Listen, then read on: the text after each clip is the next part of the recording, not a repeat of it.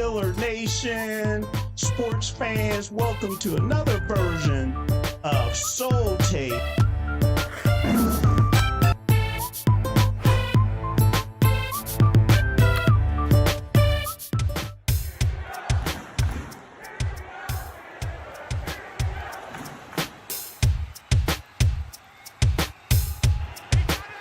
It is a victory.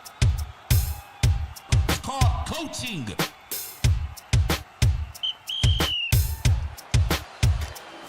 Sidney Crosby passes Mario Lemieux as the Penguins' all-time points leader.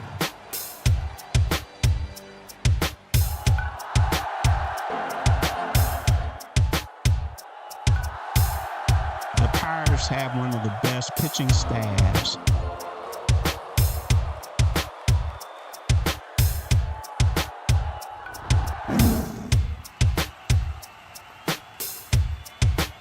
They be balling. I'm fired up.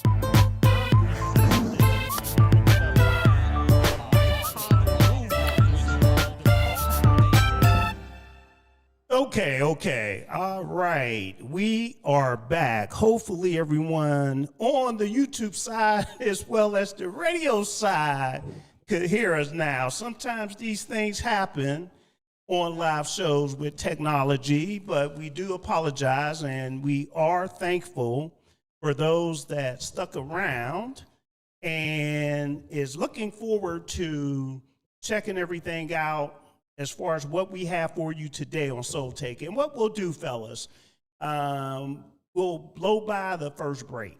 Doesn't make any sense to take a break at the bottom of the hour as we normally do. Because we have some catch up. We got a lot of catch up to do. My name is Kevin Cameron. Ken Craig is in the house. Also, Ray Porter Jr. is back. Thanks for coming back, Ray. Thank you. Yeah, we must have treated you well the last time you were here. I can honestly say it was 5-star treat. Excellent. And you haven't been here for our new studio as well, so I'm glad I could, we could get you up here. Excellent. All right, so what we need to do, we need to hop right to it. Everyone, if you would like to call and be a part of the conversation, the numbers are on your screen for those of you on the YouTube side. On the radio side is on the website. So please give us a call and be a part of the conversation. Ken texted me on Monday, yesterday, right? These days, man, they run together, and asked me if I saw the big news basically about wide receiver Michael Pittman Jr. being traded to our Pittsburgh Steelers from the Indianapolis Colts. And I'm glad Ken texted me, and it seems like it spread like wildfire as far as the different moves that the Steelers made since that particular time frame. So, wide receiver Michael Pittman Jr., only 28 years old, was traded to the Pittsburgh Steelers from the Indianapolis Colts, and he got a new deal in the process, fellas. 3 years, $59 million.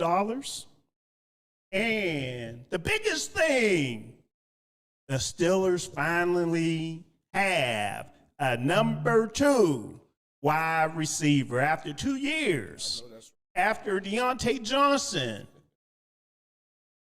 was shipped out, after George Pickens was shipped out. Well, we didn't have a number 2 once Deontay Johnson left in the first place. We were trying to get a number 2 with George Pickens. Yep. Right? So after 2 years, here we are. I was happy to see that. So he'll go alongside the number 1 wide receiver. We all know who that person is. DK Metcalf. Okay, so as far as the trade, if people don't know, it was a swap of late round draft picks, okay, where the Steelers received a 7th round pick and the Colts received a 6th round pick. Now, both in this year's draft. And where's the draft at, fellas? Pittsburgh. In the Bird. That's right. In the Bird. Okay, April 23rd. So we're probably about, 6 weeks away, fellas, from the draft. Yes, sir. Even with the trade that went down, swapping the draft picks, the Steelers still maintain 12 draft picks for this draft. Yeah, this was an easy move for the Steelers to make. I mean, this is someone, Michael Pittman Jr., 6'4", 223, almost the same size as DK. Maybe a different body type. DK is 6'3", 229. Pittman's a former 34th overall draft pick, so beginning of the second round. Think of more like that junkyard dog, kind of doing the dirty work type of receiver, strong possession receiver, often targeted on, your 3rd and 7, 3rd and 8s, has good hands, will get you first downs, really tough dude in the middle, plays well in, finding a spot in the middle. He's not someone who's going to blow the top off. Right, he's only had 2 receptions, over 20 yards last year. But he did have 7 TDs in 2025. Played with a lot of different quarterbacks with Indianapolis. Not afraid to use the middle of the field, like I said. Not a elite route runner. So that was something that I was really hoping we'd get. But this is a solid number 2 wide receiver. Solid number 2 wide receiver. Right. Yep. And one more thing. Sorry, Ray. He really piqued the Steelers' interest because last year he had 9 receptions, 115 yards against the Steelers. You mean against that historic defense? Historic. That extensive defense. Yeah. Somebody had a dream at the beginning of the year and said the Steelers' defense would be historic. It was the highest paid. Maybe that's what they were talking about, historic from a payroll standpoint. But, Ray, your thoughts? Yeah, I was very. And you're a little distance from the mic as well. Oh, yeah. I was very surprised because I was looking at Jalen Walker. Yeah. And speed up. But I did see a lot of really speaking about Pittman. And, usually that happens when Pittsburgh, those movies, science fiction movies, Star Wars. Okay. When they put their tractor You're getting beam deep on, now. Yeah. When they put their tractor beam on somebody, Okay. 9 times out of 10 they usually talk about Pittman. I guess in a sense I was surprised, but I remember when he had that game. And I also remember a couple other games that he had where he was very impressed. Yeah. And just looking at his stats, seasons of 1,200. What really impressed me, though, Big target. and it's nice to have Yeah. that. Right. Metcalf, I have the greatest respect for. Yeah. You sure? I mean, with the Even exception- though he went into Yeah. the stands in Indy? Yeah, bad move. Wow. Bad Okay. decision. No, not in Indy, in Detroit. Detroit. In Detroit. And Yeah. it cost him 2 games. Okay. Your decisions. All right. You know what I'm saying? What I'm getting a message, Ray, that they can't hear your audio. So we need to make sure the mic is on right there. Make sure it's on. There's a switch. We can hear you just fine, so it should be on. You might just have to get a little closer to the mic, that's all. Okay. Yes. Can it raise? Yeah, it raises up. All right, so while we're working that out with Ray, and I'm going to turn that up too. I think you're on number 3, so I'm going to turn your mic up as well. So on Pittman, it was actually a win-win, and also it was really a salary dump is what I'm hearing from a coach standpoint. They were able to free up like $24 million from what I heard. And they needed that because they signed their wide receiver Pierce, as well as they're trying to sign Daniel Jones. And I hear Daniel Jones really wants big-time money Yeah. Yeah. coming off of his Achilles injury. For his sake, hoping that. Alec Pierce. I mean, he's, you know, it was either going to be Pittman or Pierce, right? They knew that they were only going to be able to keep one. They made a historic offer to Alec Pierce to keep him there at kind of the last minute. $114,000 or $114 million. What I say, $114,000, $114 million contract for 4 years.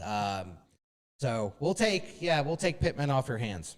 That's a name. Right. Other moves that the Steelers made yesterday as well. Let's start, and we'll go back as we need to go back. But the players retained, let's start there. And for everyone also, we have a Steelers NFL free agency trade tracker on YouTube where all of this information is out there. And I made sure I update this on a continuous basis. And I made sure, I'm tripping over my words and everything. I just updated it before the show today. So we're going to start off with players retained. Cornerback, Asante Samuel Jr. was retained by the Steelers, and he actually signed with the Steelers in November 2025. The limited time that he did have, I actually thought he played pretty well. Also, linebacker Cole Holcomb re-signed. He has a 2-year deal, $5 million. He's only 29 years old. He signed with the Steelers in 2023, had a serious knee injury in week 9. He missed the rest of the year and the entire 2024 season, and he came back last year and played the entire 2025. And I thought he played reasonably well. Matter of fact, there's one game, fellas, that stood out to me. I think it was Minnesota game, maybe, where they inserted him as the starter. Steelers were having run stop issues at that particular time, and he replaced Peyton Wilson.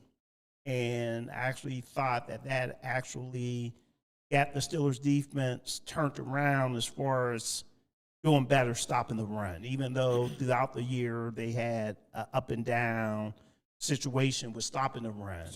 But I think Cole Holcomb was a key to that. I also think Derek Harmon was out with an injury for a number of games. So he was a key to stopping the run too.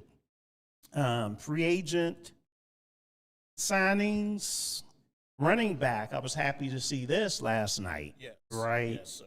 Rico Dowdle. Rico Dowdle.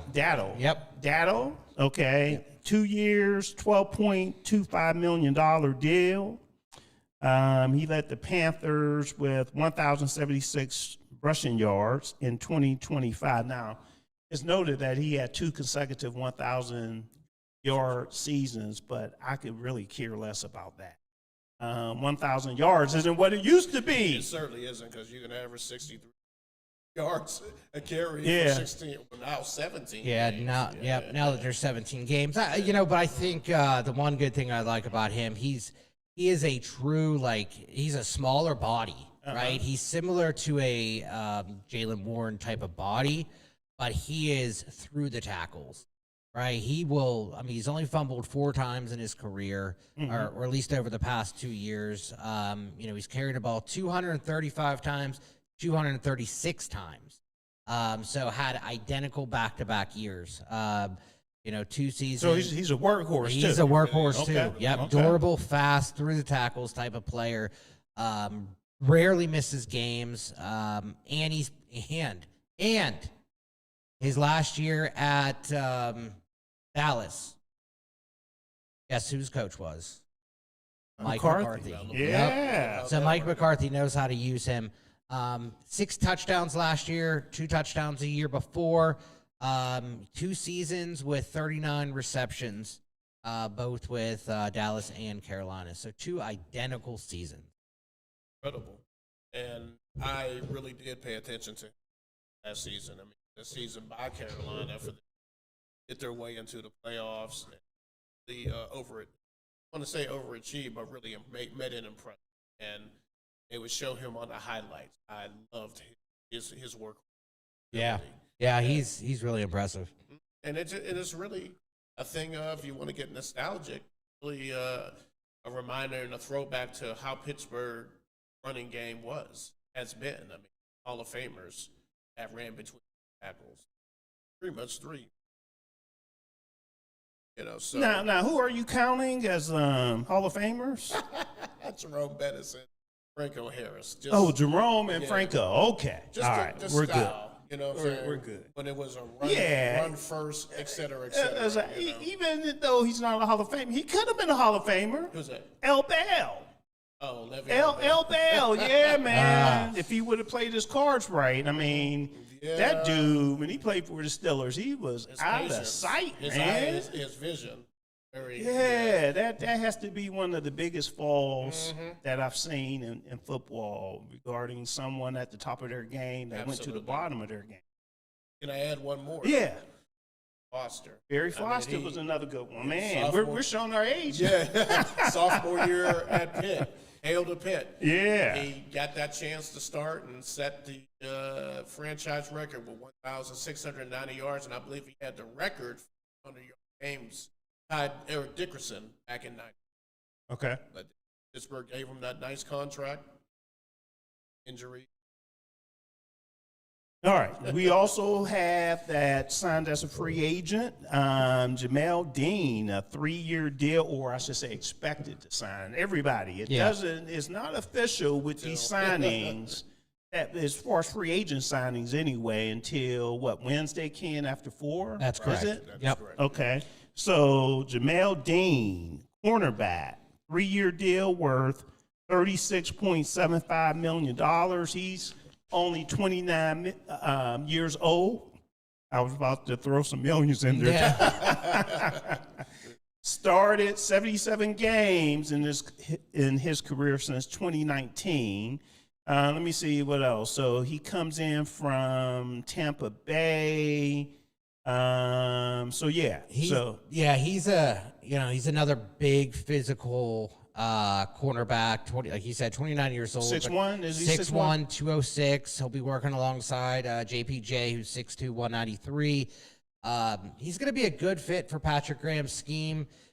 He's an elite level tackler. Plays 90% of his game on the right side. Lines up a lot in man press and thrives in man to man. He was ranked 4th among all cornerbacks last year with an 81.5 PFF score. So he's really good in terms of, tackling, getting in there, playing man-to-man, likes his hands on players. He does do well in that kind of zone coverage. Okay. But he's a little bit slower than, say, someone like a Asante Samuel. Wondered about him. His size definitely stands out. Yeah. Oh, yeah. But I wondered about his hands. I think the most he had in the season was 3 interceptions. I realized, we know interceptions. That's the sexy stat. Yeah. When it comes to being a defensive back. Yeah. But it's not the whole story. Yeah. Well, hopefully that changed because the guy on the other side Yeah. isn't known for getting a lot of interceptions It either. reminds you of the other 24. Yeah. This is hard. Yes. I was going to say, if they had good hands, they'd be on the other side of the field. Right. So, All right, so everyone, call in. Let us know what you think about these Pittsburgh Steelers picks. 412-213-8995 is the call-in number. We would be very happy to take your call to break down some of these picks that we are going through. Another pickup for our Pittsburgh Steelers, and this just broke within the last couple hours. There's don't call it a comeback, because he's been here before. Right. I mean, you about to start. Okay, LL Cool J. Exactly. The punter, Cameron Johnston. Yeah. Is coming back he's signing a 1-year contract. Okay, he was with the Steelers in 2024, but missed time due to an injury. Right. And check this out, fellas. These are the teams that Cameron Johnston has been on. Now, keep in mind, he's from Australia, if I'm not mistaken. Yeah.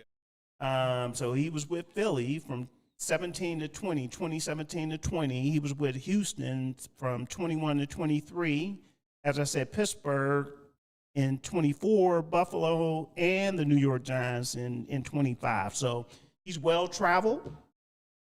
I do believe that this is a good pickup. I didn't think our previous punter did too bad, but I thought he could have been more consistent. Yeah, his consistency was way out there when we needed him to lay into it in a game. When we needed him to flip the field in an important situation, it was like it wasn't there. It was like it was too big of a the situation was too big for him, right? And Cameron, we picked him over Cameron Johnston, right? Like last year. But keep in mind, he was coming off of an injury. Yeah, but he was punting good in camp. I thought so. Yeah, he was punting really good in camp. So he has a big leg. We were really excited when we got him a couple years ago, but I think this is a really good callback, and I think that he'll do really well. Again, he's a consistent punter, got a big leg. We just need someone who can do it consistently out there.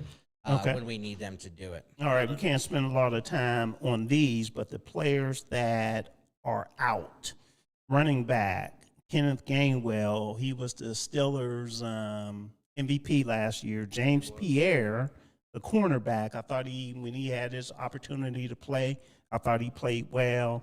So Gainwell goes to the Buccaneers. James Pierre goes to Minnesota. Who's in Minnesota, Ellis? Brian Flores. So I think it's a good fit for him. Yeah, so do I. Both got paid well too. I mean, for James Pierre, good for him. That's one you kind of got to tip your hat to. Hey, you earned it. 8.5 million. Yeah, both of them. And Kenny Gainwell got 2 years for $14 million. Isaac Seumalo as well. He was picked up by the Cardinals. And when was that pickup? That was yesterday. Okay, I missed that one. Okay. I'm going to have to add that one to the list. Yeah, he got a 3-year, $31.5 million deal. So 10.5 AAV there. That'll be good on him as well. Yeah. I don't think we were paying him that much money. I probably missed him because he's always out injured. Yeah, exactly. And I was just saying that yesterday, and I made this remark, and I admit it was probably kind of sarcastic when someone said they were surprised that the way they worded it, saying that Pittsburgh let him go. I'm like, it's free agency. You're supposed to shop yourself around. Exactly. And that a Smokey Robinson song, my mama told me you better shop around. Wow. For sure. But, Smokey. But can I say this about Gainwell?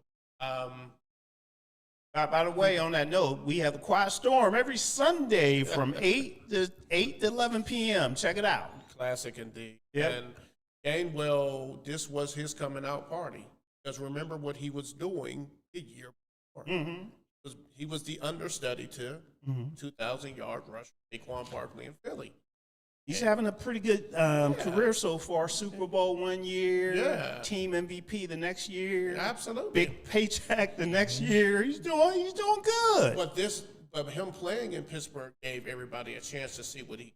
Because I remember when I was up in training, I remember asking about Gainwell. Okay. He kept referring to him return specialist, and the expectations were the other two running backs. The rookie that they got from Iowa. So for him, Caleb Johnson. Right. Yeah. So for him to do what he did, rushing and receiving, and then leading the team with 73 receptions. Right. He did it. He did good. All right. Also, tight end Jonnu Smith was released on the 5th of this month as well. Don't get me started. Yeah. It's the first half. He's such an elite tight end. I know he was not elite for us. Yeah. But I wouldn't say elite, but go ahead. Well, every year. I think he was underused, just like Pat Frymuth. I'm talking about everywhere else he's been. He's been a absolute monster of a tight end. When he comes here, it's like he doesn't know how to catch a football. I don't know what happened.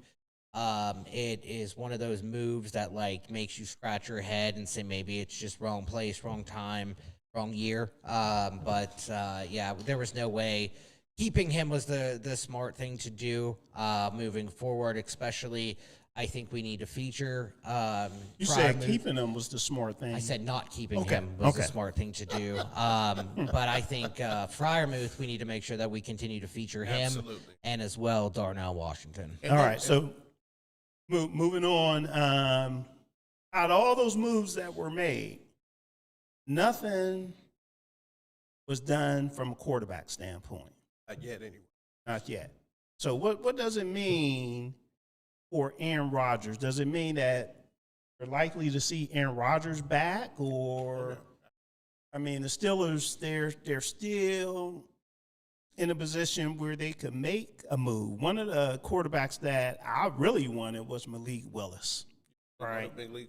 I wanted Malik Willis, but I understand why we didn't get Malik Willis, and I think Malik Willis, based on my understanding, has connections in Miami, so where he's going, they know him. Yeah.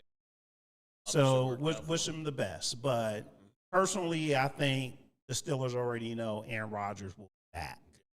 I have no problem with it. People, a lot of folks, they want to do it a little style point because the man is 40. 42. Yeah. Jackie Robinson, 42. Thank you. Gary Anderson played till, well, of course, kickers have a different lifespan. Yeah, they do. But Tom Brady played till he, Yeah.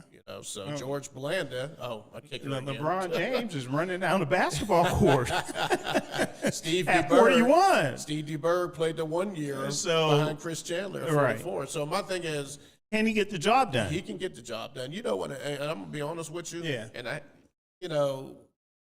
did not like Arthur Smith's offense. I'm sure they say get in line on that one. Back to Jonnu Smith and how they didn't utilize him good, or Pat Freiermuth.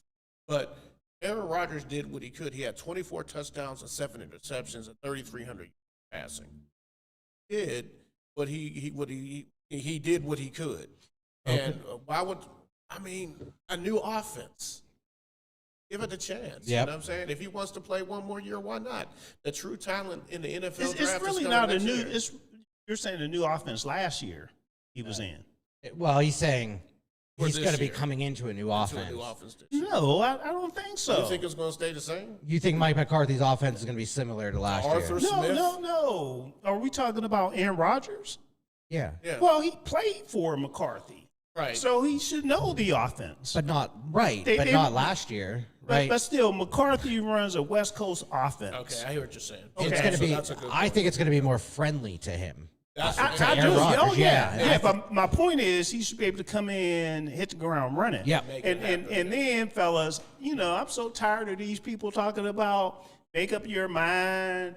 What's taking so long? It's not gonna. As long as the Pittsburgh Steelers know what his intent is, Exactly. we're good. Well, and that only matters for us.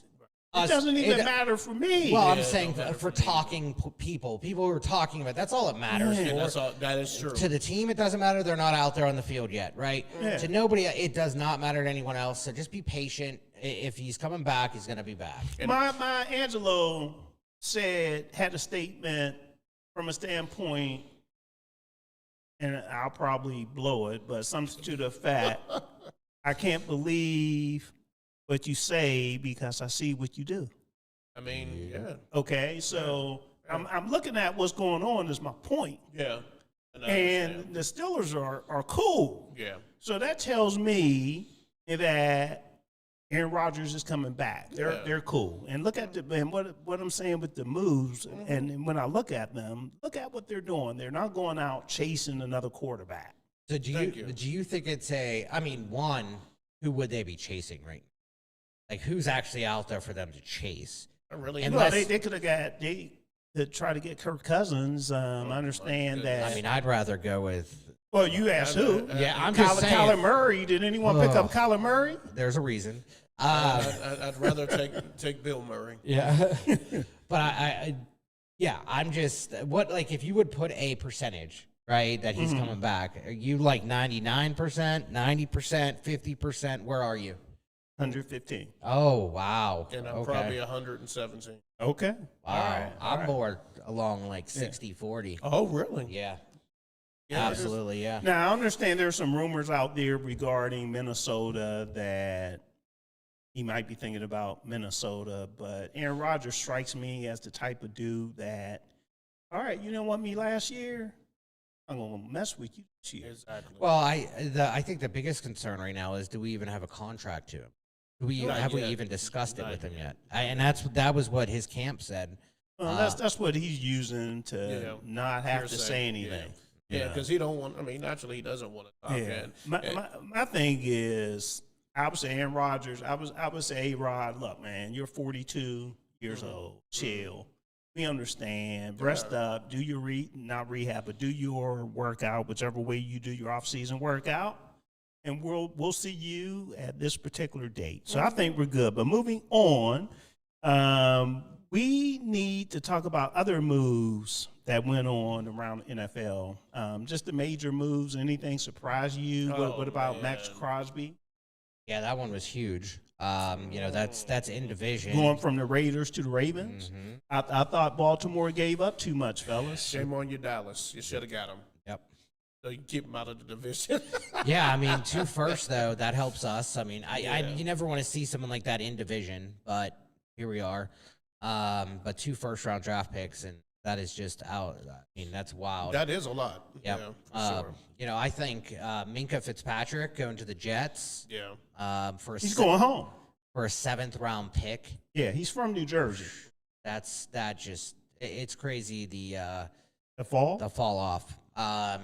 That's for sure. Dino back to the Jets. That one Full had circle. me. Huh? Yeah, that one. Whew. I think there was a lot of talks about Pittsburgh potentially being one of the runner in the running. Sorry, for Romeo Dobbs, the wide receiver out of Green Bay. He did just sign with New England. He got 4 years, $70 million. I think Carolina and Las Vegas both have had really solid free agencies. In my mind, they've done pretty well. In terms of getting at least locking up defenders, right? Like Jalen Phillips, the edge, $120 million. Tyler Lindenbaum, and I think this From the Ravens. yeah, he got a massive deal, and we have to remember that Frazier is going to be up soon, right? So I don't. Zach Frazier? Yep, I don't think Our that- center? Yeah, I don't think he gets a deal like this. No, he may not. Yeah. But wow, that really changed it. So there's been a lot of action. But Kenneth Walker, Yeah, that's Super the Bowl one. MVP. That's the one right The Seahawks are like, no, we're not in. Going to Kansas City. Going to Kansas City. He's going to get a lot of touches there. When that first happened, that surprised me, but I understand why, though, because they have a running back, right? Chanu, if that's how you pronounce his name, he was hurt. So Kenneth Walker, the Super Bowl MVP, he was actually the second running back on that team. They had like a timeshare. Yeah, that was, but still, that's a lot of money. They just paid him. What was it? Almost close to 14 a year. And then you for have running back money. Travis Kelce Yeah. announced that he's coming back. For 14th season. Yeah. Absolutely. And in reference to Walker, I think it was a statement to let them know that, guess what, like you said, don't call it a comeback. You know what I'm saying? Yeah, but Yeah. they lost some secondary people, right? Yeah, they did, for sure. Okay, they lost both of their corners.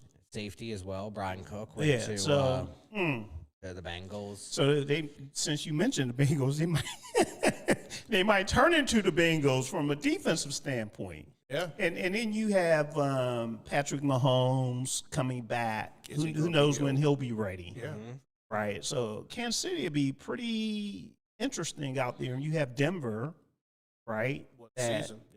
had a very good season. Signed Yeah. Robbins. Yeah.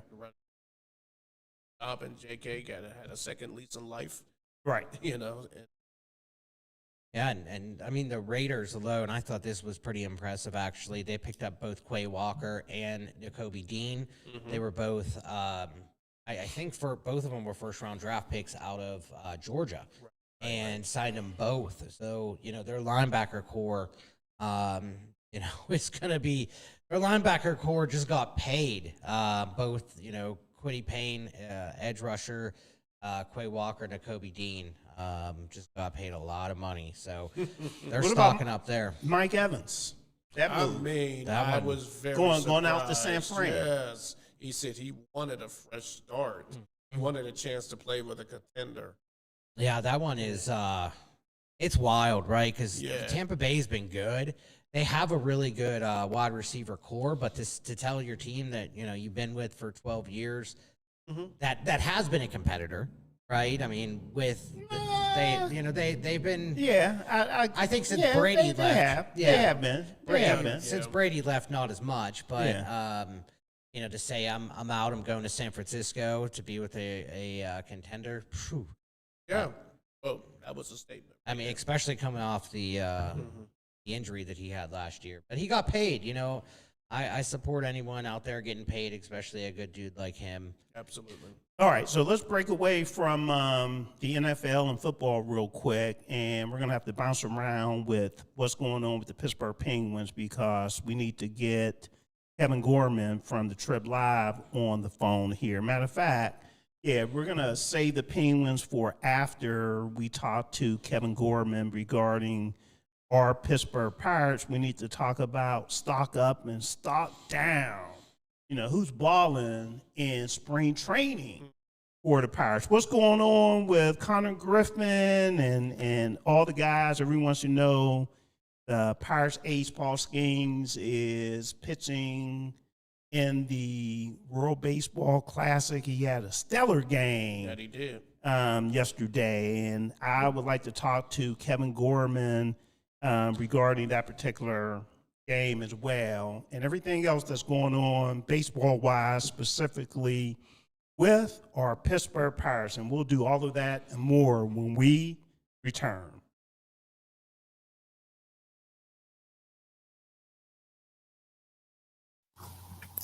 Looking for a cost-effective way to help increase your company's bottom line? Look no further than Soul Pit Media. With our award-winning print, internet, podcast, and Soul Pit television options, we can help your business get to that next level. For more information, contact Craig Dawson at 412-407-7685. That's 412-407-7685. And let Soul Pit Media take you to that next level. Business owners thinking about back-to-school promotions and replacing summer flavors with pumpkin? What about your taxes? Reduce your stress and tax liabilities by planning for tax time now with Cameron Professional Services Group. CPSG takes your goals, values, and visions to create a custom tax plan catered specifically to your business. We work closely with you to ensure that as your business grows and goals shift, so will your custom plan. Located in the Hill District in Pittsburgh, PA, CPSG is a CPA and consultant firm, providing services in accounting, auditing, tax planning and preparation, community development, and operational management. Call Cameron Professional Services Group today at 412-251-0607. Have you had the Beat by Niche experience? Beat by Niche is one of the top makeup artists in the city of Pittsburgh. She's touched the face of Cardi B, Love and Hip Hop personalities, and various Steeler wives. If you have not sat in her chair, what are you waiting for? Visit beatbyniche.com to schedule your special makeover for all occasions, weddings, graduations, proms, photo ops, and more. Visit beatbyniche.com and experience the touch of excellence.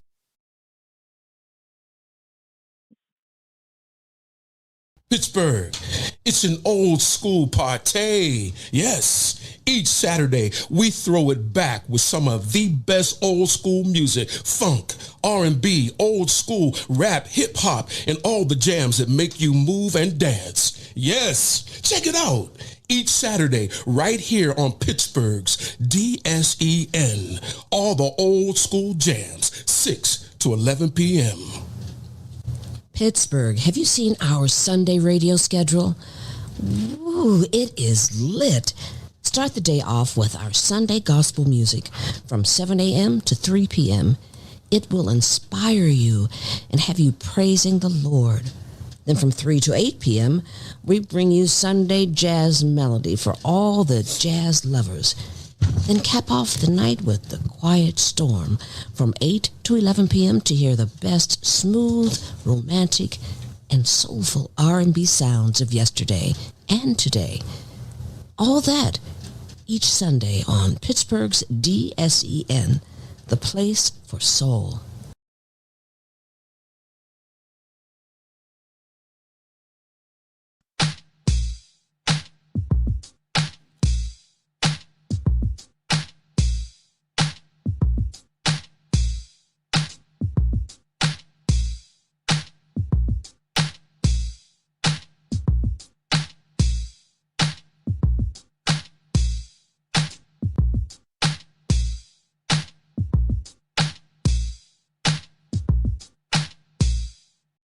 All right. We are back. Welcome back, everyone. This is Soul Take on Pittsburgh's DSEN. My name is Kevin Cameron, sitting here talking Pittsburgh sports with Ken Craig, Ray Porter Jr. We've been talking about all the moves that the Pittsburgh Steelers have made during the NFL, what can we say, frenzy, right? During the frenzy of the free agent period. But now we are switching gears. And we will talk about what's going on with the Pittsburgh Pirates in spring training. And we have our special guest, Mr. Kevin Gorman from the Trib Live. Did I say that right, Kevin? Yeah, Trib Live, Tribune, Pittsburgh Tribune Review. The Trib Live is the website. That's the way to go.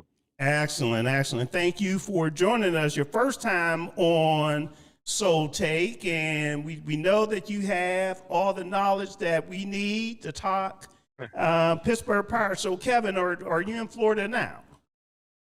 I'm on the way home now, so I'm actually like near Charlotte. I'm driving back. You're driving back. I was down there for a month and heading back this week, and I still got some stuff to work on that I gathered from spring training, but I'm heading home now. So thanks for having me on. First of all, I appreciate it.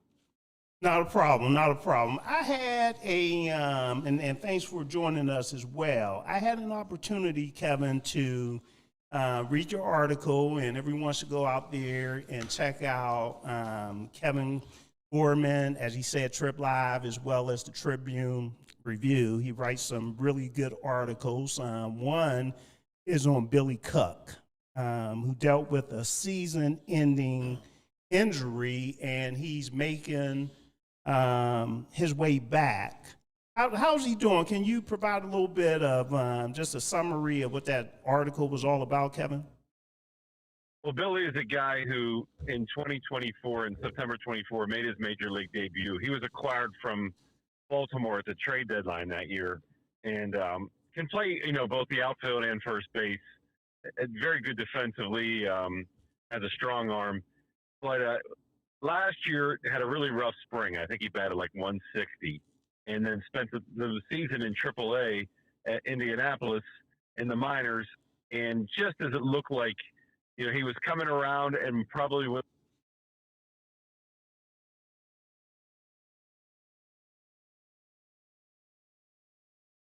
Hey, hold on 1 minute, Kevin. We lost you, and I'm going to make sure we have you back. I think we have you back. Go ahead.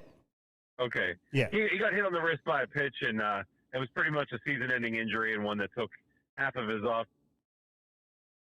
That was a big day for him. With I think he had a double and a home run and a single. One finished the one hit shy of the the cycle, hitting for the cycle, which is interesting in the spring training game because usually the guys just get about 2 at bats. But Billy had a big game. He also had a throwing error in that game, but kind of made up for it with his bat. But there's a guy who, a lot of people thought had a chance to make the team out of the spring last year, did not.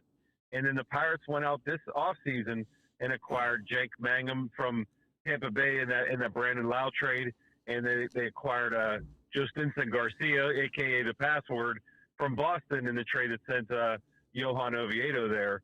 So they traded 2 starting pitchers and brought in, trades that brought back 2 outfielders, which pushed him a little bit down the depth chart. But having a game like that opened some eyes. And I think what it shows you, too, is that a guy who some people thought might make the roster last year really isn't in the mix so much to make it this year, but it gives you a nice depth option that you have a guy who has some major league experience, has played well at AAA, and is now most importantly healthy. Cool. All right, and everyone should know that the Pirates just cut their roster down to 54 players. Opening day is actually March 26th. So, Kevin, tell us who you think are the players that are really having a good spring and those that are not having a good spring. Well, it's interesting that there are certain positions where you're not seeing guys have a good spring, and one is the catcher position. Henry Davis, I think, is still searching for his first hit. Joey Bart's batting below 200, and Andy Rodriguez had a home run last night against the Yankees, but he's a guy that, speaking of injuries, missed all of the 2024 season with elbow surgery, and then last year was sidelined for a good portion of the season. First with like a laceration on his knuckle, and then he had, some right arm, the elbow injury kind of resurfaced a bit. So he's a guy, I think it's more of a trust issue with Indy. Can the Pirates trust that he's going to stay healthy and be productive? And he hasn't shown that he can hit at the major league level yet, although he did very well in the minors in 2023. He hasn't hit that well in the majors. But there's a position where defensively the Pirates love Henry Davis, and he's become Paul Skenes' personal catcher, but they have not gotten any offensive production out of that position, not just with this group, but even in previous years with, guys like Roberto Perez and Austin Hedges. They've had a lack of production at catcher offensively. So that's an issue for them. There's a lot of guys that are having good springs. If I could hold you up right there, Andy Rodriguez, he's the catcher that got hurt playing for his country, if I'm not mistaken, correct? He got hurt playing winter ball in his country in the Dominican, a few years ago, 2 or 3 years ago. Having Tommy John surgery. So he missed all of that 24 season with the Tommy John surgery, and then last year it kind of resurfaced that there were some issues with the elbow. He didn't require surgery for it, but it required a bit of a shutdown. So he's a talented guy. He's very athletic, great personality, very well liked. It's just a matter of him staying healthy and then being productive when he gets the opportunity. But I think the Pirates feel like between Henry Davis and Andy Rodriguez, they've got 2 good defensive catchers who are both athletic and have strong arms. It's just a matter of getting a little bit more out of them, and I think that's important for them this year. So you believe Henry Davis could throw runners out? Oh yeah, I mean Henry's got a strong arm. Okay, he's become very good at pitch calling, pitch framing. Last year had a couple deeks at the plate where he faked out the runner and kind of played the Statue of Liberty and didn't move until the ball was in his glove. And he was able to tag the runner, like an unsuspecting runner out. He was able to do the deep play a couple times. I think Henry's become a good defensive catcher, which, coming up and through the minors, he was a guy that was considered a great bat and a poor defensive catcher. And now it's quite the opposite where, they're hoping his bat will come around and it's kind of a wait and see thing. I don't put a ton of stock into what somebody's hitting in the Grapefruit League games because you have some guys that are up there swinging at everything. And you have pitchers that are working on certain pitches. I mean, that's kind of a big spring training storyline is somebody might be working on their curveball or their slider or their changeup, and it's a secondary pitch. It's not about going up there and throwing fastballs by everybody and trying to get them out. It's about having those complementary pitches being ready for the regular season. And so sometimes you see good pitchers get batted around. Sometimes you see hitters who aren't good hitters hit the heck out of the ball because they're up there swinging at everything. and they're taking advantage of the golf wins. They're taking advantage of sometimes players who, maybe not in the best shape of their lives or not quite ready. I mean, there's errors down there. The sun can be, the glare can get in their fielder's eyes. But sometimes you see the hitters. And last year there was an example of Ji-Won Bae and Jack Sawinski were two guys who hit the heck out of the ball during spring training, made the opening day roster, and were back in the minors within a month. So that's not always a translation. It was too cold, Kevin. Yeah, exactly. But the other thing is, you may be down there playing on a regular basis in the Grapefruit League games, and you come up to the majors and you're a backup and you play once a week. Yeah. And you're not getting that consistent at bats. And so for some young guys, that's a real challenge. And that's why you hear them talk about professional at bats versus guys that are scuffling a bit. But there's a lot of guys that are really standing out with their play. And it's not just, by the numbers. I mean, we could, instead of starting with him, I'll finish with Connor Griffin, but let's get to a couple of guys like Jake Mangum, one of the guys who was acquired in that trade from Tampa Bay, has impressed people with his hustle, with his speed, with his defense, with his arm. I mean, he's a guy, I don't think he's going to be a starting outfielder the way it looks, but it looks like very much he's going to be the fourth outfielder and one who can play all three positions in the outfield. He's looked very impressive. So has Joe Stinson Garcia, the password. He's shown good power. He's shown better defense than anybody anticipated. He's got good speed in the outfield. He's able to track balls down. People like what they see from him, but because he's only 23 years old and has minor league options and needs to play every day, I think the Pirates will start him in AAA. But there's two outfielders that have really shown up. Another one is Ryan O'Hearn. He's a guy who played primarily first base and designated hitter last year for the Baltimore Orioles and San Diego Padres, and was an all-star as a DH in the starting lineup for the American League last year. He's playing right field. So with Spencer Horwitz coming back and with the Pirates signing Marcell Ozuna to be the designated hitter, they asked O'Hearn to move to right field and Brian Reynolds to switch back over to left field. So the outfield could be very good offensively with O'Hearn, Reynolds, and Cruz, but it could be a nightmare defensively if these guys don't get better. They're not the most fleet of feet in the corner spots, and there's going to be a little bit of an adjustment period. So that's a concern there. As far as the infield, I mean, Brandon Lau has been impressive in batting practice. I don't know that he's put up the numbers in the game so much, but it looks second like baseman, right? there. The second baseman they got from Tampa Bay. He's a two-time All-Star. He's a guy who has one season with 39 home runs in his career, 31 homers last year, and 83 RBIs. So he's not a big guy. You'll be surprised by how small he is. He's maybe 5'8", 5'9". Looks like he's about 185 pounds. Narrow shoulders, very powerful lower body, generates a lot of power with his swing. And so it's kind of interesting to see a guy who's not big and muscular going up there and hitting the ball a mile. I have a feeling he's going to have some real nice home runs over that Clemente wall playing at PNC Park. But other than that, those are the main standouts. I mean, Connor Griffin has been the biggest storyline of spring training, not just for the Pirates, but in all of baseball. The 19-year-old phenom who was the minor league player of the year, is the consensus #1 prospect in baseball, and is making a real push to be the starting shortstop on opening day. But the Pirates are also trying to be very cautious with him because they understand just how important he is to not only their present, but to their future. I mean, this is a guy that has superstar written all over him. And but he's been impressive in terms of, 2 home runs at Fenway South, the home of the Boston Red Sox in Fort Myers, over the replica Green Monster. One was 440 feet. He had a 2-run double against the Yankees. And to do that on big stages against the, traditional powerhouse franchises, the guy's showing that the stage isn't too big. In fact, he's showing that the ballpark's not too big. At one point, he had a double this week and a single earlier this week, but he at one point every one of his hits was a home run. I think he has three or four homers, Right. like 8 or 10 RBIs. I mean, he's putting up some good numbers, and he's impressing with his defense as much. He's made errors. I think he has a throwing error and a fielding error, but he's also made some plays that people are like, most shortstops don't get to that ball. He's 6'4", 225 pounds. He's a 5-tool guy, meaning he can run hit for average, hit for power, throws the ball and has speed on the base pass.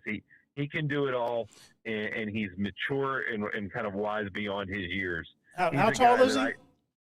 6'4", 225 pounds, and he's chiseled. And how tall is Oneil Cruz? 6'7", and then you got Paul Skenes at 6'6". So they're gonna have some big guys walk out onto that field and look intimidating. I mean, yeah. And then you think about Paul Skenes, who he only pitched one game for the Pirates, and in that game he lost 4 of those ABS challenges, that automated ball strikes, where a batter can challenge it. And one of them he lost by 0.1 of an inch. So I mean, we're talking fractions here with Paul Skenes from a strike to a ball. But he looked amazing last night for Team USA in the World Baseball Classic against Mexico. Went 4 innings, allowed 1 hit, 1 walk, had 7 strikeouts. He threw 60 pitches. 2/3 of them were strikes. A quarter of those were whiffs. I mean, he's getting the swing and miss. He's getting it with, he's got a 98-mile-an-hour four-seam fastball, and he's got a 98-mile-an-hour sinker that he tunnels, that they look exactly the same until one drops and one doesn't. So, I mean, that's just a little bit of his, peak in his repertoire. But Paul Skenes is a phenomenal talent for the Pirates. And the impressive thing is this year, they finally built a legitimate team around him, one that they hope can become a playoff contender. So give me a number. I mean, I think last year I predicted 82 and 80. Okay. I think that's enough. I think it's fair to think that they're going to win. And I'm not just saying fair, like optimistic. I think it's fair to expect them to win more games than they lose, which would be the first time, I believe, since 2018, when they went, I think, 82 and 79 or something like that. They had one game they didn't make up, that they only played 161 that year. But I think this is a team that's going to be in the mix and have the potential to make a playoff push. I think the problem is the division is very competitive in the sense that all the teams, have kind of similar type of talents. That the Milwaukee Brewers, won 98 games last year, I believe. They're the defending NL Central champion. You have the Chicago Cubs, which signed Alex Bregman, lost Cal Tucker, but they look like they're the division favorite. And then you have the Cincinnati Reds, who made a I think it was like a 13 or 14 game improvement from one year to the next, and squeaked into the playoffs as a wild card team. They lost Hunter Green until July. He's going to have surgery to have bone chips removed from his right elbow. But that's a team that still should be a contender. I think it's important for the Pirates to come out strong at the start of the season and put themselves in position where maybe they can build a little bit of a gap on some of these other teams while those guys are waiting for guys to get healthy or to perform. If the Pirates can start strong, that could be a good thing for them, because you don't want to repeat what they did last year when, by May 8th, they're 12-26 and firing their manager. Right. No, we can't have that. Hopefully not anyway.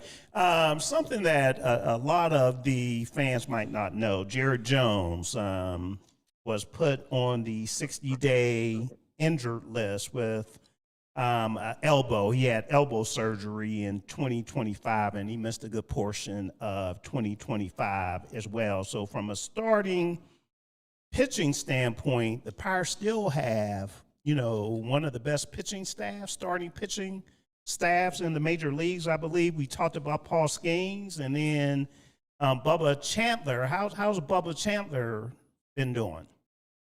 I mean, Bubba's a guy who's, in late February, flirting with triple digits. And when you're doing that, that tells you get the live arm. Bubba's a top 15 prospect in baseball right now. Even though he made his major league debut, he still has rookie status. He is a guy that has a chance to be really special. He's a fantastic athlete. For those who don't remember, Bubba was at Clemson, was going to play quarterback for Clemson when he was drafted in the 3rd round. Can he play for the Steelers? Yeah, exactly. It's funny. I asked Bubba. He signed for a $3 million bonus, which so he left Clemson. He was on campus with Clemson, left school, and signed with the Pirates. But I said to him, do you ever think about where you would be had you chosen football? Where would you be right now? And he said, well, I would have been a junior in 2024.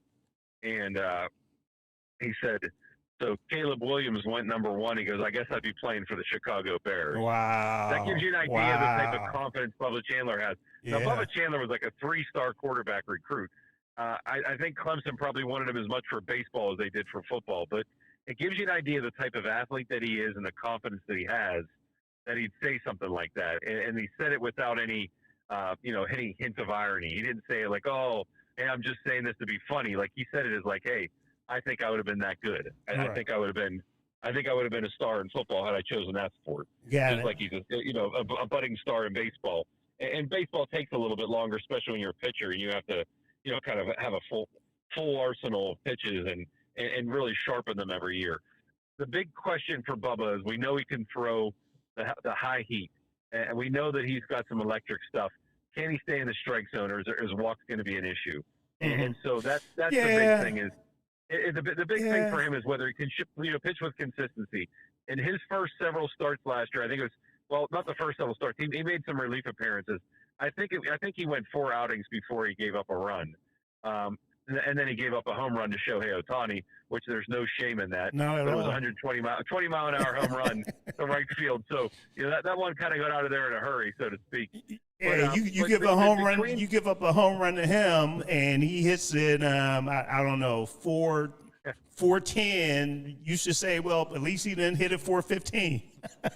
I joked with Bubba. I said, well, at least you have something in common with Paul Skenes now, because Paul Skenes gave up a home run to Exactly. He struck out Shohei the first time he faced him, gave up a homer the second time. I was there. Definitely. I think they had that in common there. So he gets even Shohei gets even the best of them. That's why he's the best player in baseball.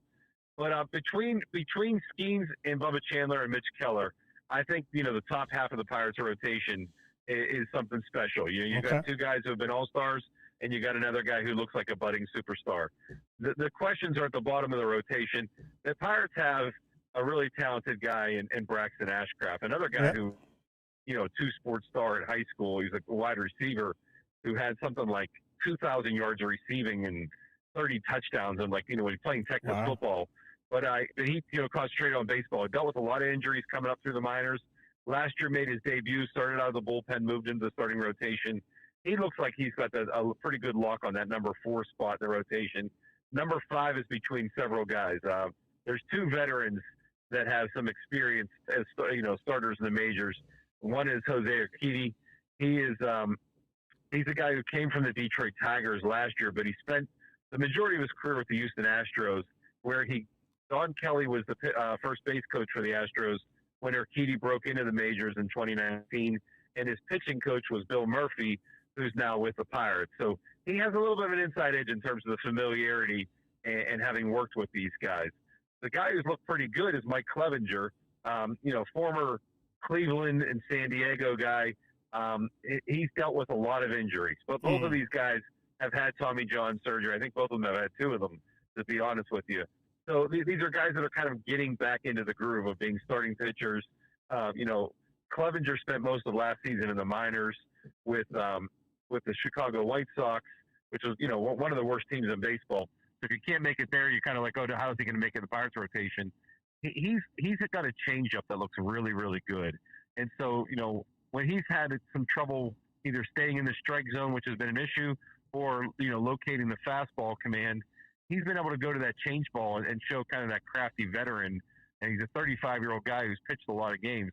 He kind of figures out how to get through a game with his complementary pitches, his secondary stuff. So those 2 kind of have the edge right now.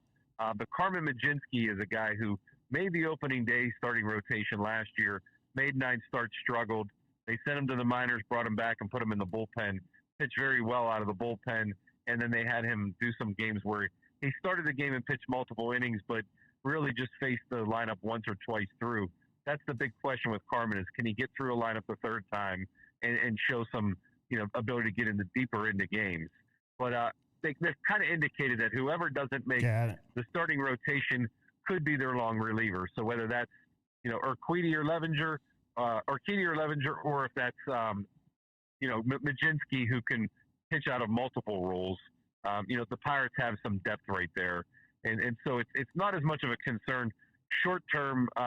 Long term, because they have some good young pitchers in the system, and one of them is the only really lefty they have at the upper levels, and that's a guy named Hunter Barco, who was a second-round pick a couple years ago and had Tommy John surgery, and is now kind of like, the reins are off, go ahead and pitch like a starting pitcher without any injury concerns. So he's a guy, I think they're going to be monitoring his innings early in the season, but I expect to see him up, and I expect to see Jared Jones back sometime around June, maybe the All-Star break.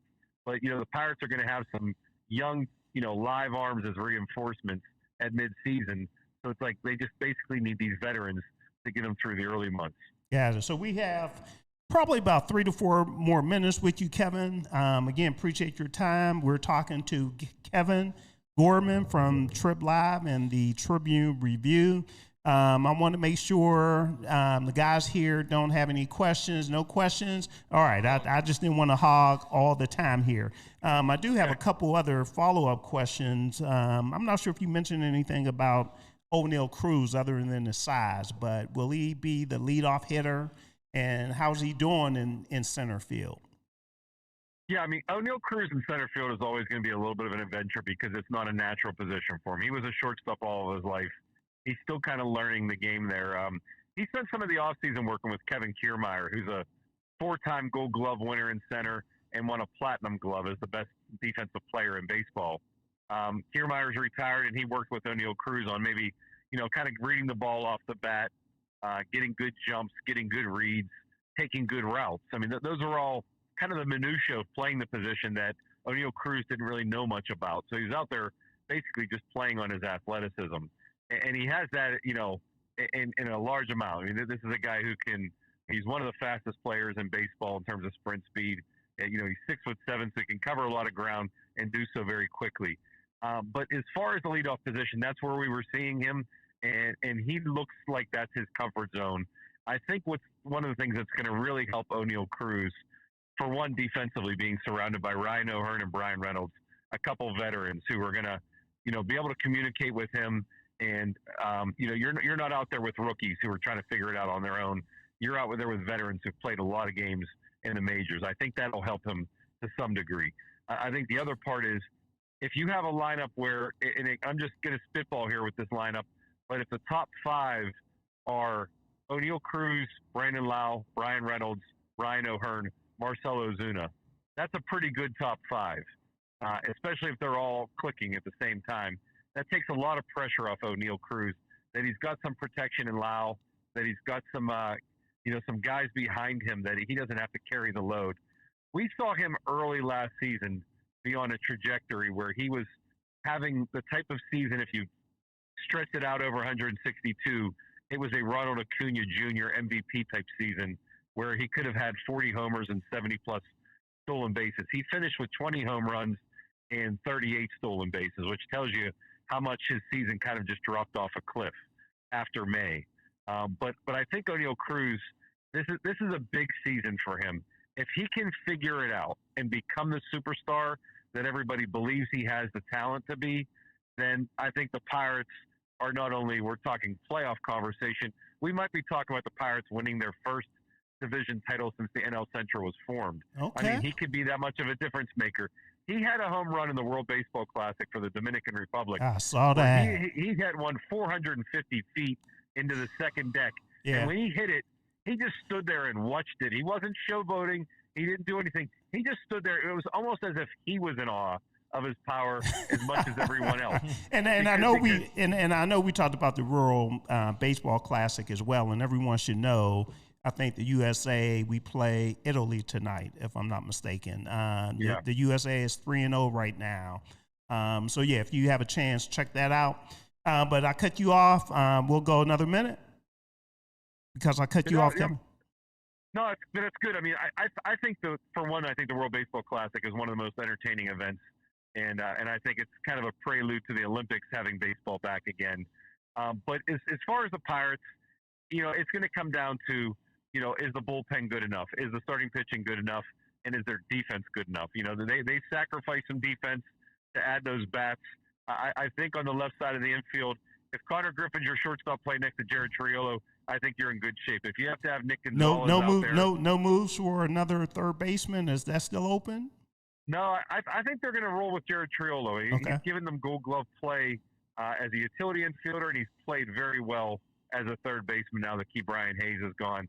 I think they like the defense on the left side of the infield, and I think they're willing to live with it on the right side with Spencer Horwitz and Brandon Lau. But I mean, there's a question of who's going to be your opening day starting shortstop. And right now, it could be Nick Gonzalez. It could be one of the guys they have Alika Williams and Wenzel, Davis Wenzel, and they have this Tyler Callahan they just acquired could also play second or third. But I think that's the thing is the pitching good enough? It should be at the starting, especially at the top of the rotation. Is the bullpen going to be able to do its job? The bullpen looks to be a lot better than it was last season, especially early in the season. The defense is a big question mark. But if you're scoring more runs, you're in a lot less one-run games. That's a good formula for the Pirates to be a better team this year. All right, excellent. There you go. Again, we've been talking to Kevin Gorman, and he writes for the Tribune Review and Trib Live. So when you have a chance, please check out his articles. Is everything online now? Yeah, well, we still print 5 days a week. Okay. Every Tuesday through Saturday, and then we're online. Everything's online, and it's the most read website in Pennsylvania because there's no paywall. So you can check everything out, whether you're in Pittsburgh or outside the city. You can check out our stories for free. And I'm going to have a Connor Griffin story this weekend. So I think that's the one. Check that out. He's a special kid, 19 years old, already married, very humble, like a humble superstar, a guy who knows he's got all the talent in the world, but also has talked about, well, if I'm going to be a Hall of Famer, which is what I want to be, I have to work really hard. And Wow. Paul Skenes is going to make this a special season for the Pirates. I think they've got two of the most interesting storylines in all of sports, especially in all of sports in Pittsburgh. Excellent.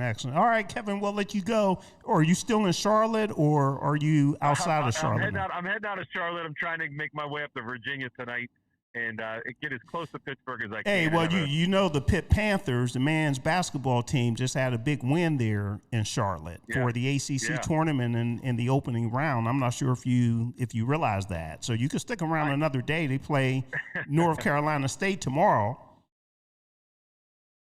Yeah, I'm trying to get back home. I've been away for 30 days, so I've kind of had I've not had my fill of sunshine, but I fill of seafood, and I'm looking forward to sleeping in my own bed for a change. That'd be a nice change for me. So, excellent. Hey, Kev, I appreciate you having me on. It's always a pleasure. Hopefully we can do it again sometime soon. Definitely. We appreciate you, Kevin. Have a good one. All right. Okay. All right, thanks, Kevin. Bye. Man, that was special. Yeah, so good recap as far as what's going down with our Pittsburgh Pirates. And as I mentioned as well, as far as the Pitt Panthers had a big win. I think it was 64-63. Yes, it trying was. to go off the top of my head. Yes. Beating Stanford, and they actually avenged a defeat from earlier in the year. Pitt is the 15th seed in the ACC tournament. So they played at 2:00 today. I did have a chance to watch that game, and I can say that the majority of the game, Pitt was the better team. Okay. Stanford came back, and, the score started to change, from team to team from a lead standpoint. But at the end, Pitt had the last shot, and they were able to get a rebound and put the ball back in, and they won the game 64-63. Now, there's a lot of noise out there still regarding Jeff Capel. Will he stick around? You're shaking. No, I'm shaking my head Okay. at all. Okay. And Ray, I know you cover the team as well. So you were working today, though. You didn't have a chance, or did you have a chance to see any of it? I was working the full-time job, but I had a chance to peep in so often to the game. Probably saw more second half. Able to see the final seconds of the game. Excellent. See under tip-in. With the tip-in. Very impressed. Okay. I just feel like that Capel has a strong recruiting class. Yeah. So either think that We've been saying, I believe me and you, Ken, we've been saying that they'll probably go with him another year. If it's that strong. Under contract. Yeah, I was going to say, if it's that strong, you have to kind of see it through, right? Yeah, I mean, if you pull the trigger now, you the may whole lose purpose. everything. Yeah. Right. And this team is playing hard for him. And they are playing. You know, they really are, and that's what you like to see. That's so. Is next year? Is it the last year on his contract? I'm not really sure. I would say he has a couple more years. Yeah, but I would have to look that up to confirm that. All right, so let's move on. We're gonna skip the break because we still have a lot of topics we need to get to. So if you were with us earlier, we appreciate you sticking around as we talked about what went on with the Pittsburgh Steelers. And I might have a call here too, but we're going to hold off on that. But I'm just going to take a look to see who's been trying to call in. Just a message. So we'll make sure we take care of that. So, yeah, you could text us or you could give us a call. All right, Pittsburgh Penguins. The Penguins made a trade. Tell everybody what trade went down, Ken, and we'll move on from there. Yeah, absolutely. So the Pens, they were quiet during this past NHL trade deadline, which ended. The deadline was March 6th at 3 p.m. last Friday. We did make one move, nothing earth-shattering. We acquired Elmer Söderblom. Elmer Fudge. No. Elmer, he's the exact opposite of Elmer Fudge. I'm gonna start thinking about it. Okay. Yeah, so he was traded. It was a trade between the Pittsburgh Penguins and the Detroit Red Wings. We sent a third-round pick their way. We got Elmer Söderblom. He's a 24-year-old, 6'8", 252-pound left wing. A lot of big guys walking around Pittsburgh. Yeah, and he made his first start against Boston, and he's in the lineup tonight. Swedish player who was drafted in 2022 by Detroit. Not a big producer per se. 2 goals, 1 assist in 39 games. But, a big body to get in front of the net. Currently playing on our third line. But, as Kyle Dubas noted in his press conference on Friday, if you want to check that out, that is up on our YouTube page. The team has been active all year. So it wasn't...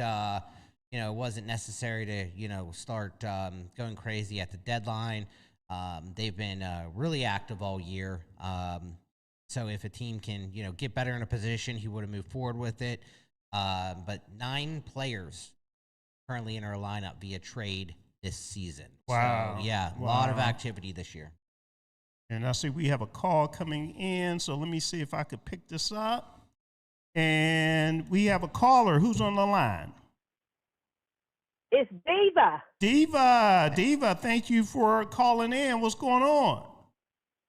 Hey, you guys are doing a great job, getting a lot of information. I like what the Steelers has done. Interesting about the Pirates. I wish I could have called in and asked some questions. But since I'm calling in on this segment, I have some questions on the Penguins. Uh-oh. Nice. That's right. So I was at the game. I enjoyed the game last Saturday, although we lost. In overtime, right? That was an overtime? That was overtime. In overtime. Still got a point, but They go do. ahead. Yep. So why are we so bad on that type of opportunity that we have? So I don't want to get the term wrong, so you guys can correct me, but it's The power play? when Hold on. Let the her power finish. play. Why are we so bad On on the the power play? Well, is that what it's called when each player, a player from each team gets to try to score? What's that called? Shootout. The shootout. Yes. Why are we so bad at the shootout? Yeah, we're the worst. I have no idea. We've asked the players, we've asked the coach. They all recognize it. At this point, I think it's more psychological, right? I think it's like you're gripping the stick too tight. Right? Same with baseball. It's like you're trying so hard to hit it. They are 1 in 10 this season. Outs. So it's it's quite embarrassing. There's a joke that as soon as we know it goes into as soon as we know it's going into a shootout, game's pretty much over. Good question too. Yeah, that one is it's been hitting the entire organization on the head right now. So it's a really good question. And I noticed too, like going to Steelers games, when the Steelers lost, you feel it in the whole stadium. People are like upset. When the Penguins lost, I didn't feel that leaving out. It's just like, all right, they lost. Well, there's one thing here. Okay, so even though they lost in the shootout, we walked away with 1 point. Okay, so how the rankings go is you get 2 points for a win and 0 points for a loss. If the game goes into overtime, both teams get 1 point. Then whoever wins gets the extra point that's there. So the fact that the Penguins were able to walk away with 1 point isn't the end of the world. If we would have walked away with 0, you probably would have felt which I don't like, but that's a whole different story. Well, and what do? Not give points to anybody? That's right. Yeah. Oh, okay. So you can have so you can have 3 overtime losses and get 3 points, and then you could have 1 win, but lose the other 2 games. The 1 win, which one is better? A team with 1 win and 2 losses, or a team with 3 losses? Overtime loss. Regardless, they lost. That's They what my point is. They didn't lose in regulation. The team, but they lost. But the team with the 3 losses will have more points than the team that actually had a win. No, I agree. That's what I don't like about it. I'm not a big fan of the overtime point as well. But what it does is it gives that extra point for not winning or losing in regulation. What about the old days when they had ties? Right? I don't like that either. Yeah, I don't like that at all. Yeah. But you mentioned that it was your first Penguins game. What did you think about the environment there? Well, actually, it wasn't my first. It wasn't my first Penguins game. I'd probably been to about 4, so not like a lot. But I definitely enjoyed it. It was a good game, good atmosphere. But now here's the next question I have. What was up with the bonehead that got suspended for 5 games? Because we played well on Saturday, and I'm just thinking we were down 2 of our best players. Yep. Had we been only down 1, we would have had a really good chance to win that game. Yeah. Unfortunately, this is a problem that, Evgeni Malkin is the one who received a 5-game suspension last Thursday. Against Buffalo for slashing a player. And, to be honest with you. At his head, right? Neck area? Yep. This isn't the first time Evgeni Malkin has had what? that. This is his 3rd suspension for some kind of stick use, right? So in 2019, high sticking. 2022, cross-checking to the face. He got a 4-game suspension then. So this is why he got such a long suspension. Was it enough? 5 games is a big deal. Plus, he missed out on his $158,000. Was it enough? I don't know. For the 3rd offense. Yeah, to be honest with you, was it deserved? Yes, absolutely. Is it consistent across the entire NHL? No, absolutely not. The next day it happened. The same thing happened. Yeah, he lost his mind. Yeah.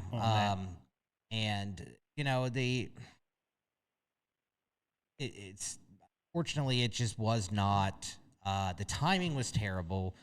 As a leader of the team, you should rein in your emotions when you know Crosby's going to be out, and you're in the toughest and most important month that season, right? So to allow your emotions to get the best of you and to lose 5 games when you know Sidney Crosby's out, that's not a leader. Has he spoke or No. provided any type of communication? No, he wouldn't talk afterward.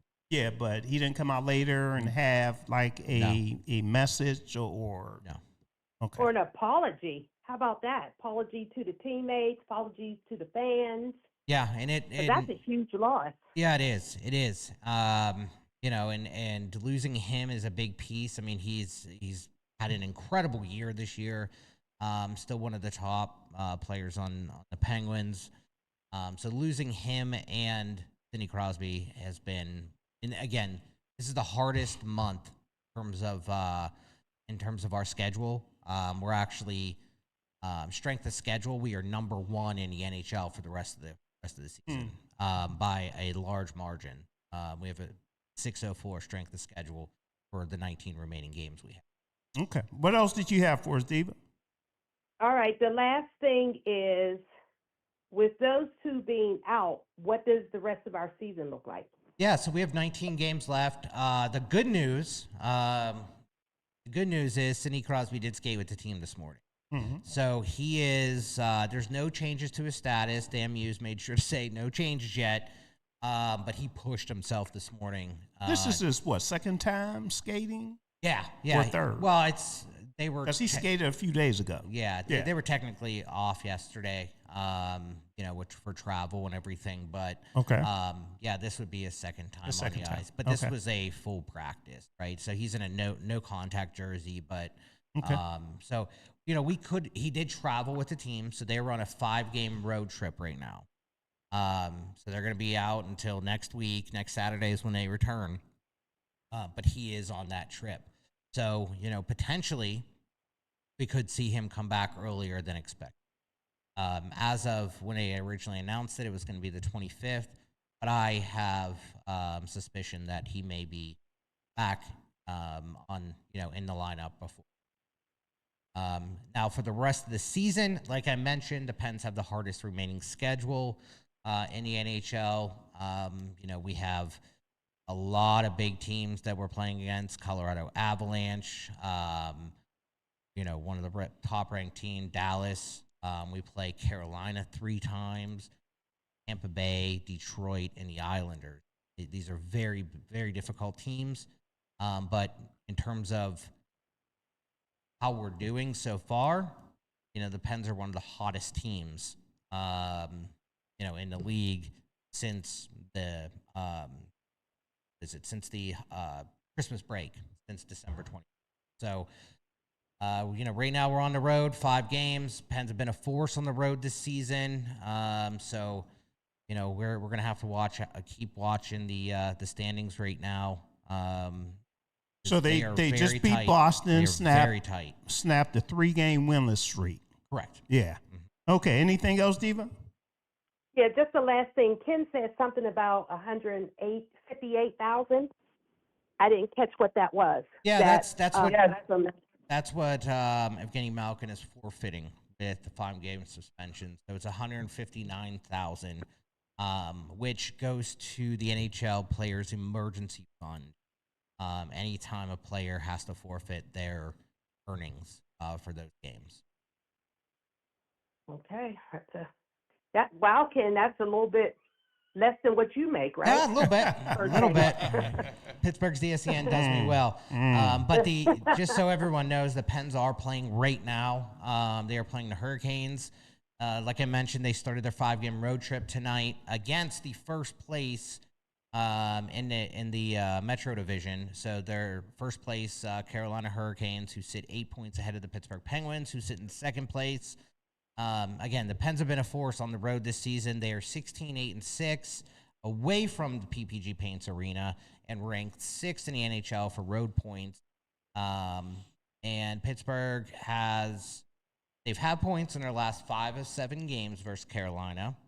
But they are looking to snap an 8-game winless streak in Carolina, dating back to March 19th. So there's a whole lot going on in Carolina. Yeah, Carolina is right now. one of the top dogs right now. But I'm saying Pitt is down there playing men's basketball. You have the Penguins down there playing hockey. Yeah, we should have done our show from that. I know, right? I know. All right.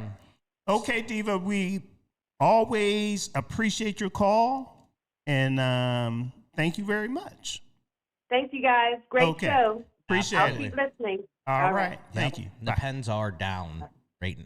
They just tied it. Is that right? 1-1. So 1-1. What period?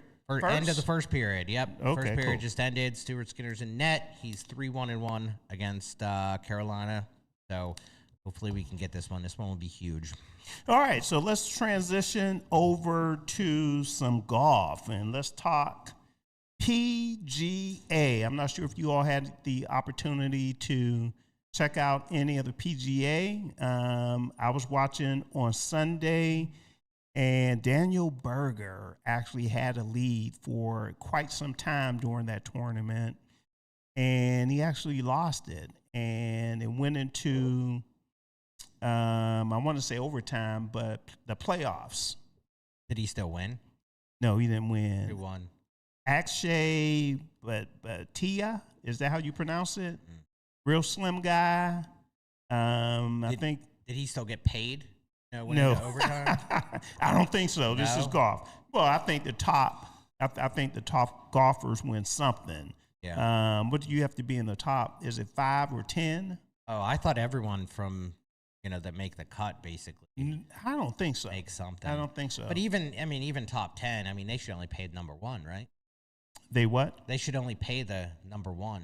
I wouldn't say that. Oh, see? I wouldn't say that. know. Not from a pay standpoint. I'm just kidding. I know you are. All right, so that went down at the Arnold Palmer Invitational in Bay Hill. And then there was also the Puerto Rico Open, and Ricky Castillo got his first PGA Tour win. And also coming up, a lot of people call this the fifth major this week, the Players Championship. So that's always a good one to check out. And then on the ladies' side, Mai Hung Lee won the Blue Bay LPGA. And I don't believe that the LPGA, I don't believe they have a tournament this week. So we're good to go from a golf standpoint. And just to make sure, I know it, this is a pretty normal, right? But the Players Championship, they play it at TPC Sawgrass. Right. So just to make sure you know that.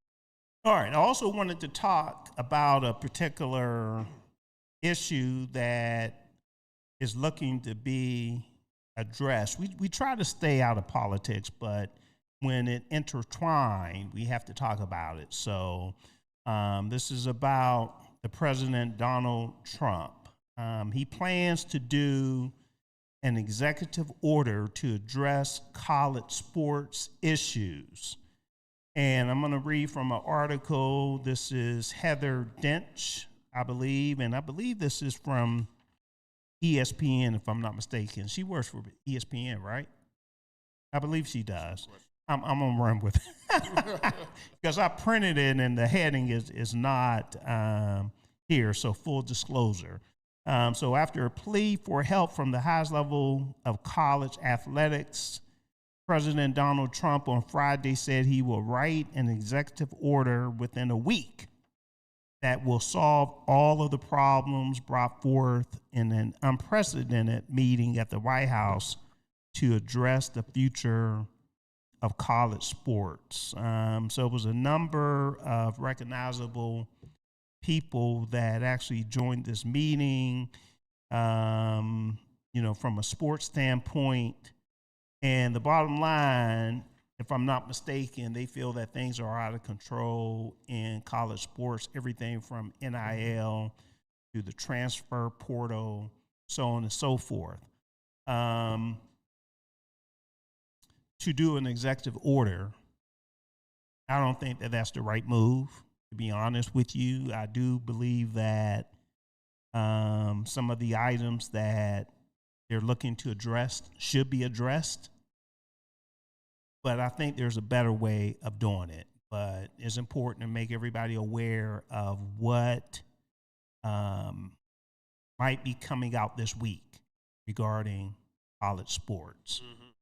Okay, so I'm not sure if either, one of you have a comment regarding this particular subject. NIL, transfer portal, when you can play, 18, 19 years old. I would assume that they talked about that as well, when you can go pro. But we'll see. And so I think two things here. One, do it by executive order, I think would be silly.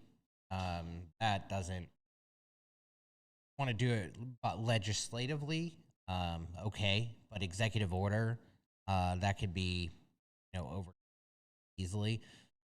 And he mentioned too, he expects Trump said he expects for it to be challenged in court. Yeah. And he expects to get sued, basically, is what he said.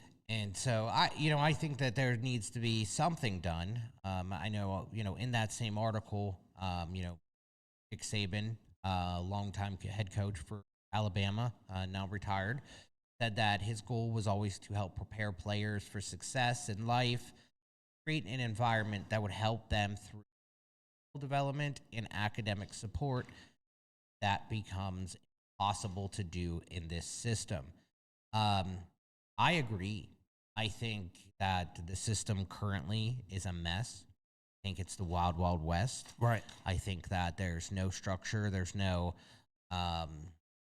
nothing, right? We don't know where money's coming from. We don't know where it's going. We don't are there contracts in place? Are these any representation? Right there, it's such the wild, wild west, and then it's ruining this well. So I could go on for a long time about this. I'm glad that there's attention to it. Do I think the White House has to have their hand in it? I do not. I do think there's proper people that can get involved to help, fix this system where the system is now. And I wagged my. But the thing about it is, I agree that there are some guidelines. Things just need to be tighter. I mean, it's still relatively new with portal, and naturally, I'm grateful. Give a shout out to my wife Nicole, who has always been for players getting, and I think it's great that they're able to get name, image. Things just need to be with all of it, and let them handle.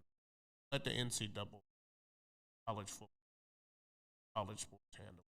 Don't say NCAA because they've proven they can handle it. Well, then it just goes to show the spotlight. Let those responsible say that handle, fight their own battle. All right, so we're gonna go ahead and wrap. I'm sorry to cut you off, just really quick. Heather Dinich does write for ESPN. Okay. If you'd like to go find this article specifically, it is titled, like Kevin mentioned, Trump plans executive order to college sports. Very good article. You can find on ESPN.com. All right, just make our watchers and listeners know it's about 2 minutes to 8 o'clock, and we have a few more topics that we want to get in before we close out. So we'll run a little bit over just to make sure we get it in, maybe 5 or 10 minutes at the most. The top AP 25 for both the men and women as a result of not much time left. The only thing that I'll say, regarding these particular topics, March Madness is coming. You have something, Ken? I do have something. We have a little bit of breaking news right now. Sorry to interrupt, but that's okay. Yeah. So the Steelers have added a year to defensive end Cam Hayward's contract, creating nearly $5.5 million in cap space. New deal is worth $32.25 million over 2 years with a first-year guarantee. I think it's good. Yeah, I think it's good too. He's still playing at a high level. Future Hall of Fame. Yeah, you could break in with that kind of news anytime. Anytime, Ken. All right, so I was saying AP top 25 and March Madness is coming up. So the conference tournaments are going on now on the men's side. On the women's side, did they conclude their conference play already? I'm not sure if that was last week or not, but I'll have to look that up. But yeah, on the men's side, the conference play is going on, and also something else broke. Something else just broke. Wow, what's going on? The Baltimore Ravens have backed out of our trade agreement for Max Crosby. Wow. Hey, what? We have no further comment at this time. Come on. Interesting. This is, Adam Schefter of ESPN. Interesting. Just wrote, Ravens backed out of the Max Crosby trade. this this letter from the Las Vegas Raiders, just that's what it said. The Baltimore Ravens have backed out of our trade agreement for Max Crosby. We have no further comment at this time.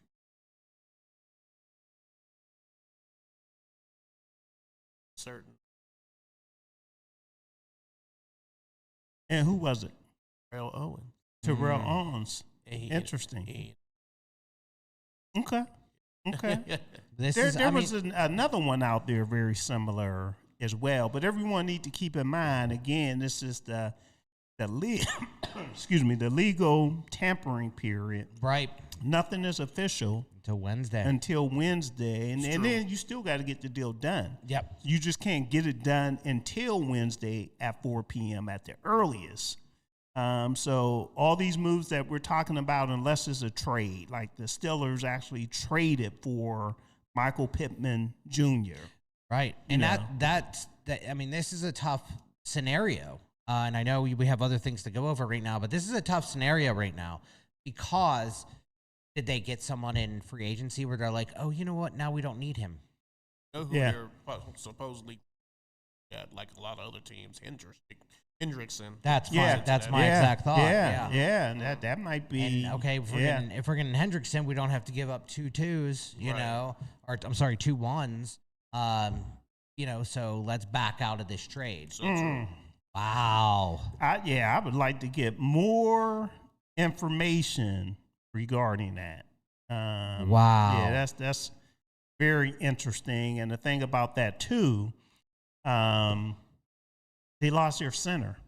We talked about. Yeah, Lindenbaum, yeah. Yeah, so it's not looking good for Baltimore right now. I don't think, unless there's some other players that they have that I missed. No, they lost a number of players in in free agency already. We talked about is that Isaiah Likely?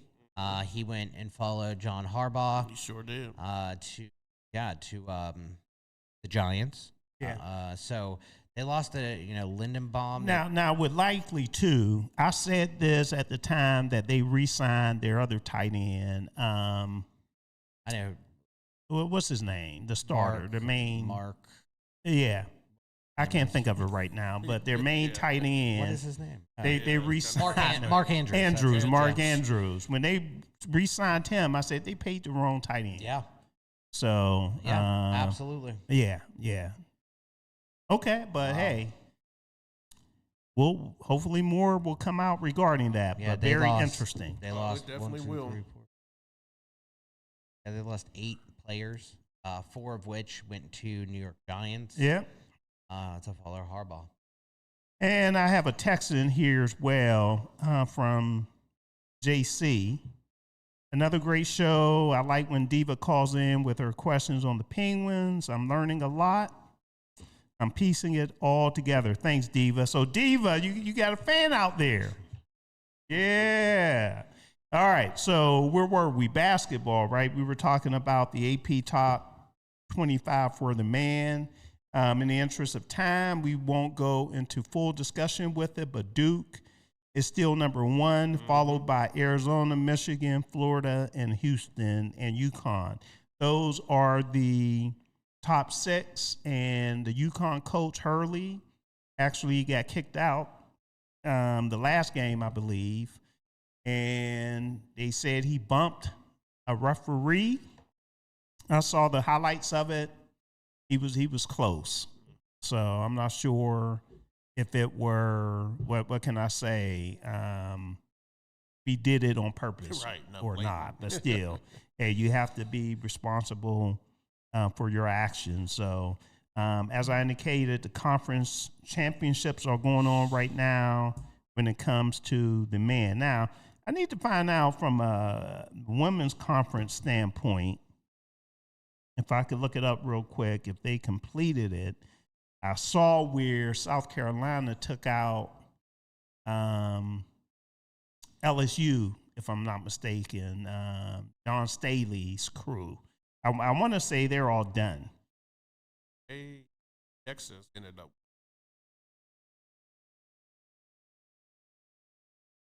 Texas. They won theirs already. Yeah. Shout out to assistant. Which one? My name. The assistant coach on Sidney Carter. Shout out to the assistant legendary coach. Okay. So as I look that up, we'll hop on to move over to the NBA. What's going on in the NBA?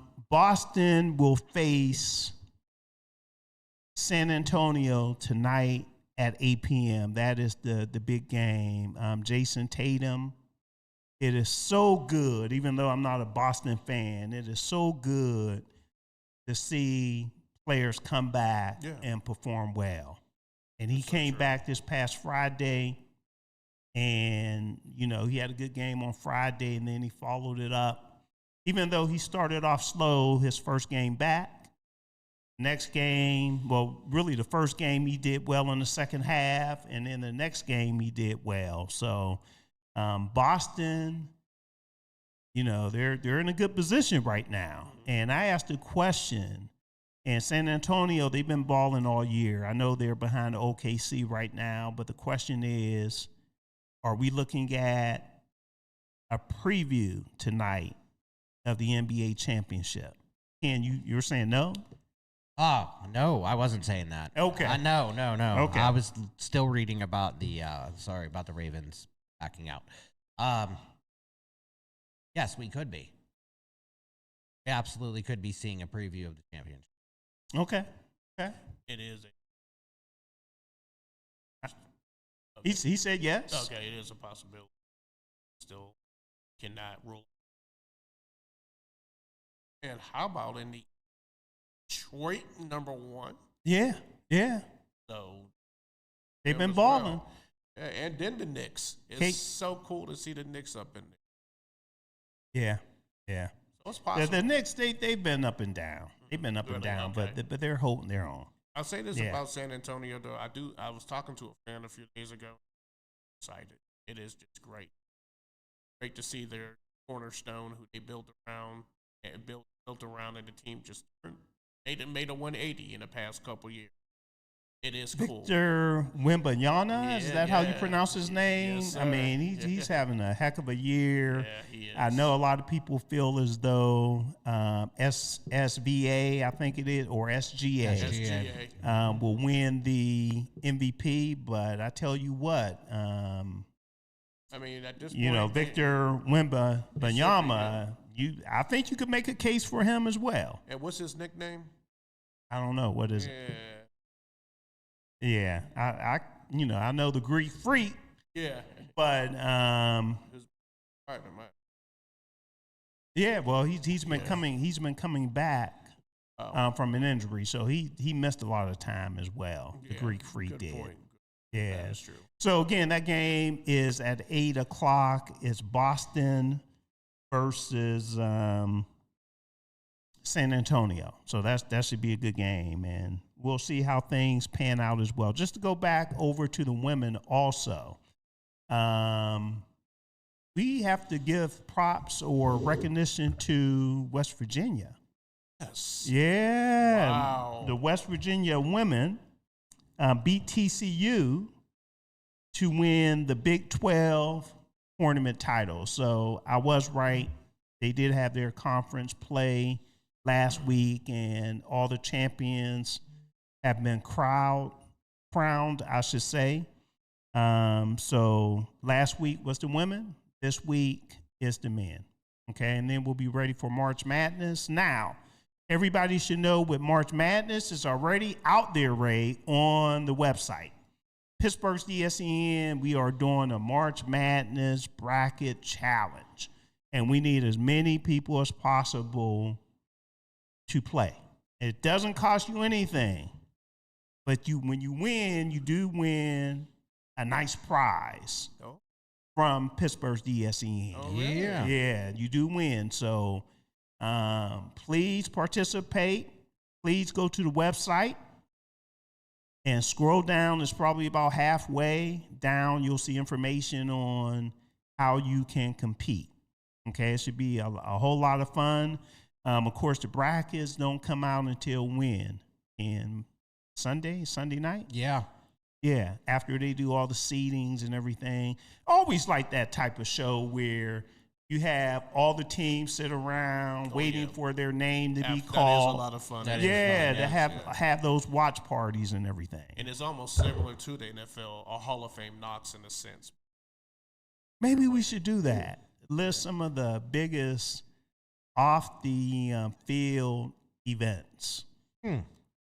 Like for this specifically or for all sports?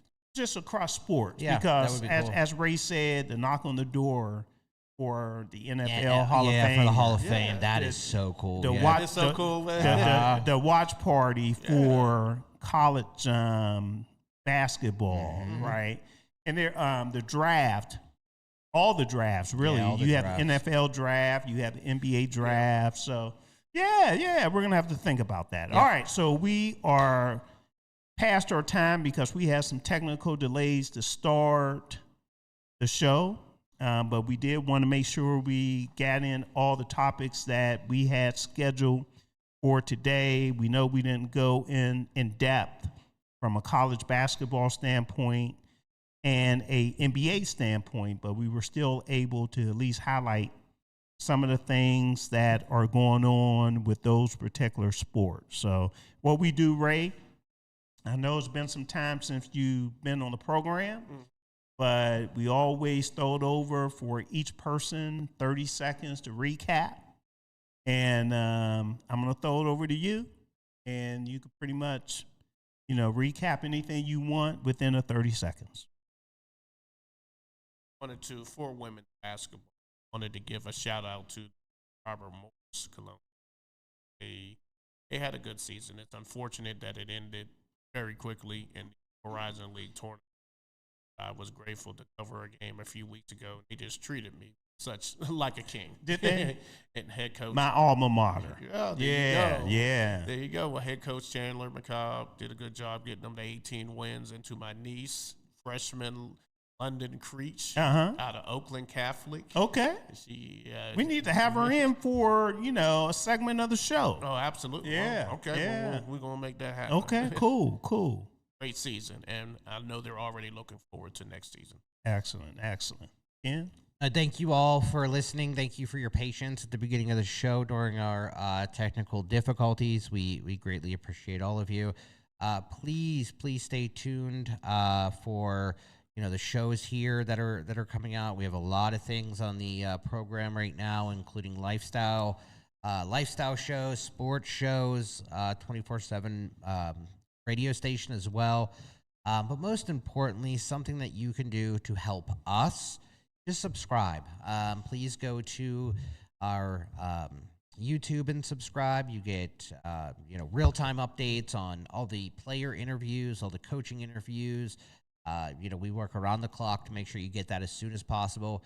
Also, check us out on Twitter or X, Facebook, all over the place. So check us out.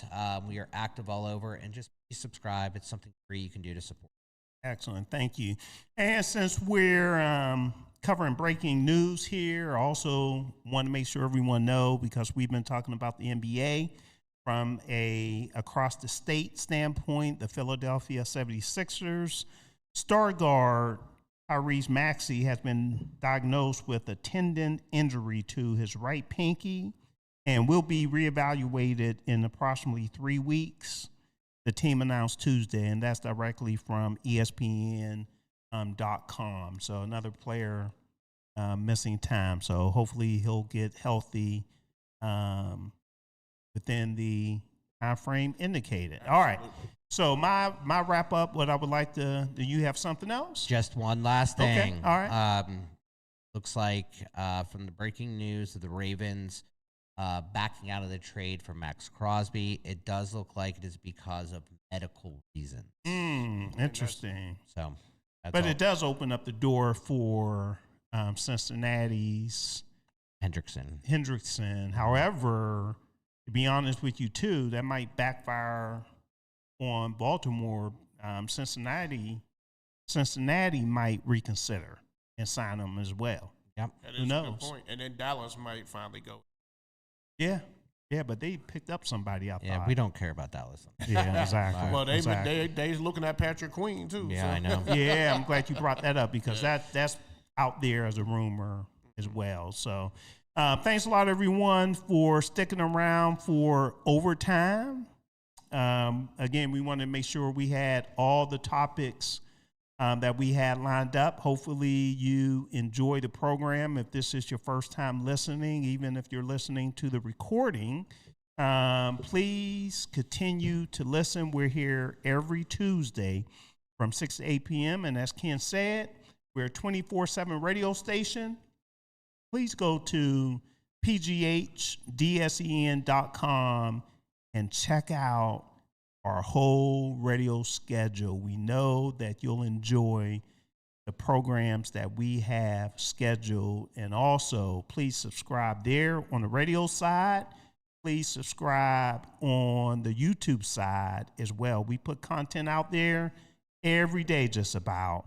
And also, we love to see the likes. So when we post things out there, please like it. We appreciate that, and we recognize it. And we respond to your comments as well when you put comments in. The bottom line is we appreciate your support, and please continue to do so. And on that note, everyone, we will sign off, and everyone, please be blessed. Take care.